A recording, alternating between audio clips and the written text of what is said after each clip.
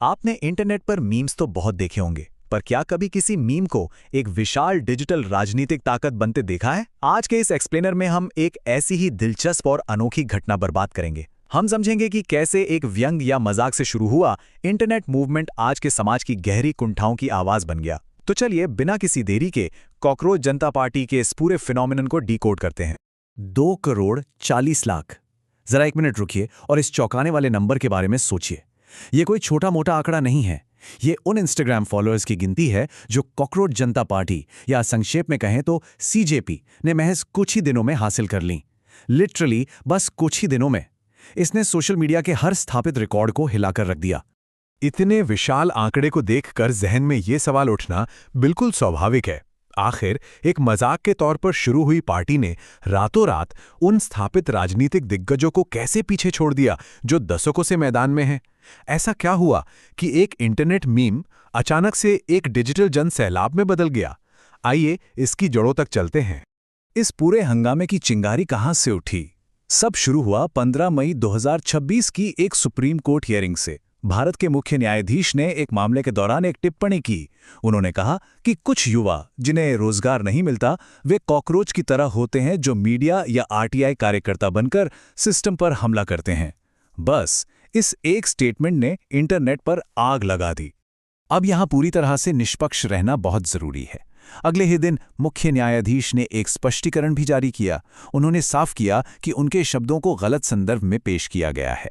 उनका इशारा देश के आम और मेहनती युवाओं की तरफ बिल्कुल नहीं था, बल्कि सिर्फ उन लोगों की तरफ था जो फर्जी डिग्रियों के जरिए विभिन्न पेशों में दाखिल होते हैं। लेकिन तब तक बात बहुत आगे बढ़ चुकी थी। ये टाइमलाइन देखिए, ये समझने के लिए काफी है कि वायरल होना असल में क्या होता है। 15 मई को टिप्पणी आती है। 16 मई को बोस्टन में जनसंपर्क की पढ़ाई कर रहे एक भारतीय छात्र अभिजीत दिपके सीजेपी लॉन्च कर देते हैं।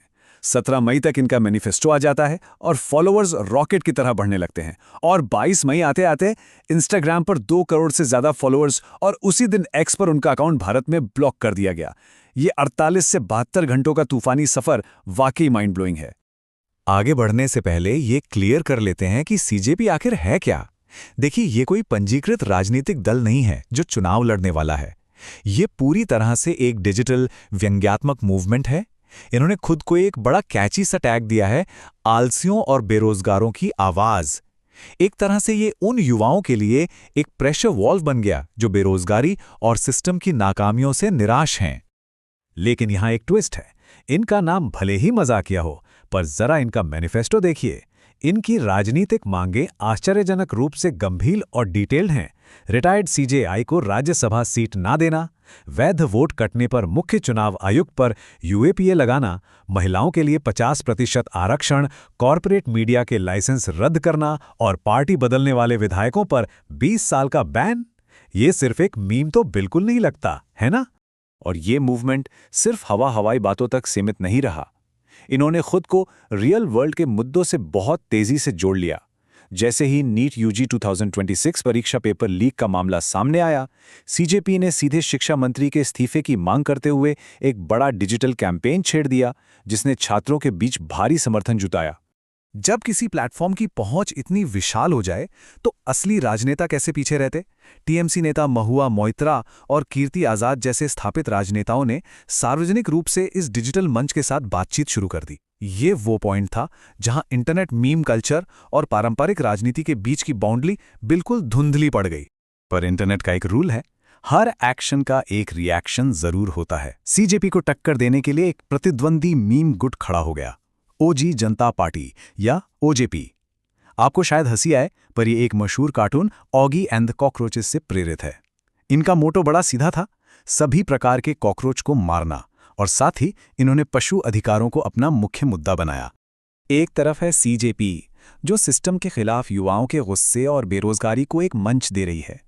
दूसरी तरफ है ओजेपी, जो कार्टून थीम के साथ कॉकरोचों को खत्म करने की आक्रामक बयानबाजी और पशु कल्याण की बात कर रही है। यह अपने आप में इंटरनेट का एक नए तरह का वैचारिक और राजनीतिक महायुद्ध बन गया। जैसे जैसे ये विवाद बढ़ा, गंभीर आरोप प्रत्यारोप भी शुरू हो गए। ओजेपी और अन्य आलोचकों ने पॉइंट आउट किया कि सीजेपी के संस्थापक अभिजीत दिपके का पास्ट में आम आदमी पार्टी के अभियानों के साथ कनेक्शन रहा है।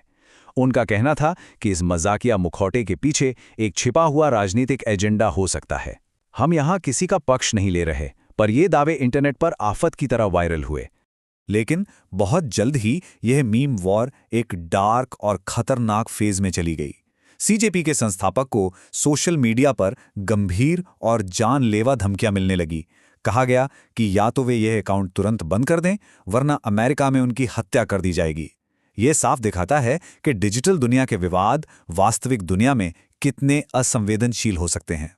स्थिति तब और भी सीरियस हो गई जब स्टेट अथॉरिटीज का सीधा हस्तक्षेप हुआ। भारत में सीजेपी के मुख्य एक्स अकाउंट को आईटी अधिनियम की धारा 69A के तहत ब्लॉक कर दिया गया।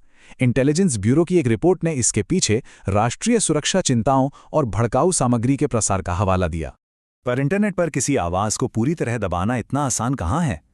सीजेपी ने इस बैन का जवाब एक नए बैकअप हैंडल से दिया, कॉकरोच इज बैक। और अंदाजा लगाइए क्या हुआ। देखते ही देखते इस नए अकाउंट पर भी 1,62,000 से ज्यादा फॉलोअर्स जुड़ गए। यह साबित करता है कि इस डिजिटल आक्रोश को महज एक बैन से रोका नहीं जा सकता। इस पूरी कंट्रोवर्सी पर कांग्रेस सांसद शशि थरूर का एक बड़ा ही दिलचस्प नजरिया सामने आया। उन्होंने ऐसे डिजिटल आउटलेट्स को दबाने के खिलाफ चेतावनी दी। उनके मुताबिक लोकतंत्र में ऐसे मूवमेंट्स एक प्रेशर कुकर के सेफ्टी वॉल्व की तरह काम करते हैं, जो हताश और निराश लोगों को अपनी भड़ास निकालने का एक सुरक्षित रास्ता देते हैं। तो ये पूरी कहानी हमें एक बहुत ही विचारोत्तेजक सवाल पर लाके खड़ा कर देती है। सोचिए जरूर, क्या ये मीम पॉलिटिक्स हमारी डिजिटल लोकतांत्रिक अभिव्यक्ति का एक नया और स्थायी चेहरा बन चुकी है, या फिर ये इंटरनेट का बस एक और गुजरता हुआ ट्रेंड है जिसे कल भुला दिया जाएगा? इस बारे में विचार जरूर कीजिएगा। आज के इस एक्सप्लेनर में हमारे साथ